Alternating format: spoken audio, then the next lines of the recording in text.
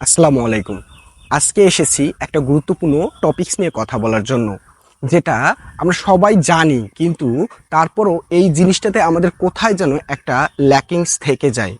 হ্যাঁ, বলতে চাচ্ছি পারিবারিক শিক্ষাটা আমাদের সমাজে খুবই জরুরি, খুবই খুবই জরুরি। এই পারিবারিক শিক্ষার কারণেই মানুষ তার নৈতিক বিষয়গুলো বুঝতে পারে, সামাজিক বিষয়গুলো বুঝতে পারে। কারণ একটা শিশু যখন জন্মগ্রহণ করে তখন সে তার পরিবারের যে আচার আচরণ আছে, নীতি নৈতিকতা আছে, কৃষ্টি কালচার আছে, সেগুলো দ্বারা প্রভাবিত হয়। একটা বাচ্চা যখন জন্মানোর পর সে দিনে দিনে বড় হতে থাকে, তখন সে তার পরিবার দ্বারা সবচেয়ে বেশি প্রভাবিত হয়। হ্যাঁ, বলতে পারেন কিভাবে সেই প্রভাবিতগুলো হয়। আপনি তার সামনে যেভাবে আচরণ করবেন, যেভাবে কথাবার্তা বলবেন এবং তাকে যেভাবে ট্রিট করবেন এবং তার সঙ্গে যে ধরনের আচরণই ব্যবহার করা হোক না কেন, সে তা তাৎক্ষণিকভাবে শিখে ফেলতে পারে। কারণ এই বয়সেই একটা বাচ্চার যে অ্যাকসেপ্টেন্স কোয়ালিটিটি থাকে এবং যে তার স্মৃতি এবং মস্তিষ্ক এত শার্প থাকে, যার ফলে সে সব কিছুই খুব সহজেই নিজের আয়ত্ত করতে পারে।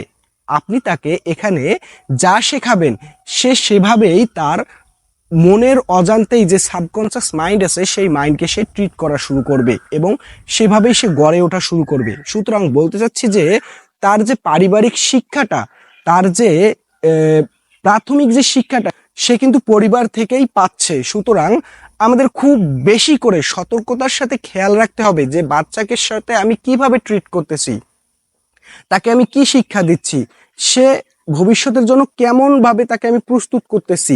এই বিষয়টা তাকে একটা বয়স পর্যন্ত, যতক্ষণ সে বুঝতে শিখতেছে ততক্ষণ পর্যন্ত তার সঙ্গে করেই যেতে হবে। এবং এটাই তার প্রাথমিক স্টেজ, যেখানে সে হিউজ পরিমাণ শিক্ষা গ্রহণ করবে এবং যার উপর ভিত্তি করে তার পরবর্তী জীবনটা তৈরি হবে এবং সে নিজেকে জানতে শিখবে এবং নিজের পরিবার, নিজের ধর্ম, নিজের জাত, নিজের যে অস্তিত্ব, এটা সম্পর্কে, নিজের সমাজ সম্পর্কে জানতে পারবে। সুতরাং আমাদের এই বিষয়টাকে খুব বেশি করে খেয়াল রাখতে হবে। এখান থেকেই সে একটা মানুষ গড়ার হাতিয়ার হবে। আমরা অনেক সময় পরিবারের লোকজন যে ভুলটা করি, যে পারিবারিক শিক্ষাটার ব্যাপারে খুব অনীহা প্রকাশ করি এবং দেখা যায় যে আমরা খুব বেশি কেয়ার নিতে পারি না এই ব্যাপারটার দিকে। একটা সময় দেখা যায় যে আমরা তাদের সঙ্গে ফ্র্যাঙ্কলি কথা বলি না, কোনো কিছু শেয়ার করি না। আমরা যে পূর্ব অভিজ্ঞতাগুলো পেয়েছি, একটা বয়সের সাথে সাথে তার সঙ্গে শেয়ার করলে সে বুঝতে পারে যে না, জীবনটা এরকম, জীবনটাকে এভাবে না দেখে ঠিক এভাবে দেখলে কেমন হয়, তখন তার বোঝার ক্যাপাবিলিটি বাড়বে। এতে করে আমরা যে তার সঙ্গে আমাদের জীবনের অভিজ্ঞতাগুলো, বাস্তবতাগুলো শেয়ার করতেছি, এতে তার ভবিষ্যতে চলার পথটা অনেক সহজ হয়ে যাবে এবং পরবর্তী যে ধাপগুলো আছে সে খুব সহজেই অ্যাকসেপ্ট করতে পারবে এবং তার প্রাতিষ্ঠানিক শিক্ষার ক্ষেত্রে গিয়ে সে এগুলোকে অ্যাপ্লাই করতে পারবে, এগুলোকে বাস্তবায়ন করতে পারবে।